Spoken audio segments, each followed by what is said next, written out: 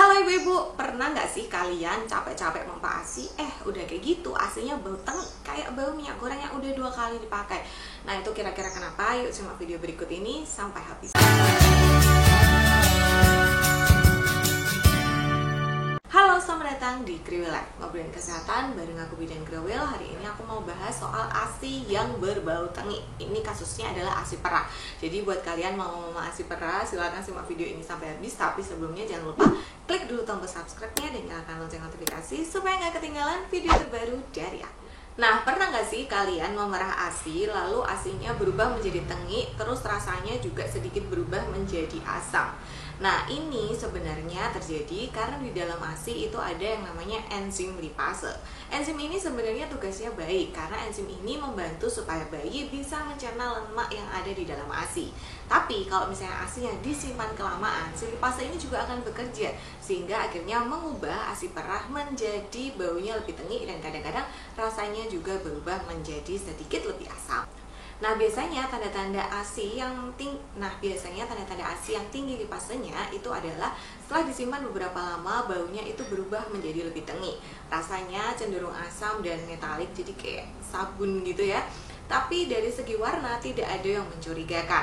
Nah, ASI yang tinggi lipase ini sebenarnya aman dikonsumsi oleh bayi. Walau begitu, ada beberapa bayi yang sensitif sehingga kadang-kadang dia menolak ketika ASInya itu aromanya berbeda dan rasanya juga berbeda. Nah, terus gimana nih caranya untuk mencegah supaya ASInya itu nggak tengik? Yang pertama adalah segera dinginkan ASI setelah diperah.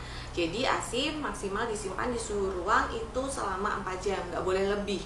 Lalu bisa juga kalian memakai yang namanya teknik scalding atau memanaskan ASI tapi tidak sampai mendidih. Jadi cuma sekitar sampai suhu 60 derajat aja sebelum didinginkan dan dibekukan. Ini dapat membantu memecah enzim lipase sehingga nantinya ASInya tidak terlalu tengik. Dan ingat untuk memakai ASI itu sesuai dengan urutan tanggalnya. Kalian bisa pakai first in first out atau last in first out atau bisa juga perpaduan keduanya. Jadi ingat untuk tetap mencatat tanggal dan waktu penyimpanan ASI supaya kalian nggak keliru nih ketika ngambil ASInya. Kalau misalnya udah terlanjur tengik, apa yang harus dilakukan? Kalau misalnya bayi kalian emang bener-bener nggak mau, kalian bisa coba campur ASI yang tengik itu dengan ASI yang baru, jadi kayak dipadukan gitu ya. Karena memang ASI bisa dicampur selama suhunya itu dalam suhu yang sama. Tapi kalau misalnya bayinya tetap nggak mau, ya ASInya bisa digunakan untuk hal lain, misalnya untuk campuran air mandi atau ya terpaksa direlakan.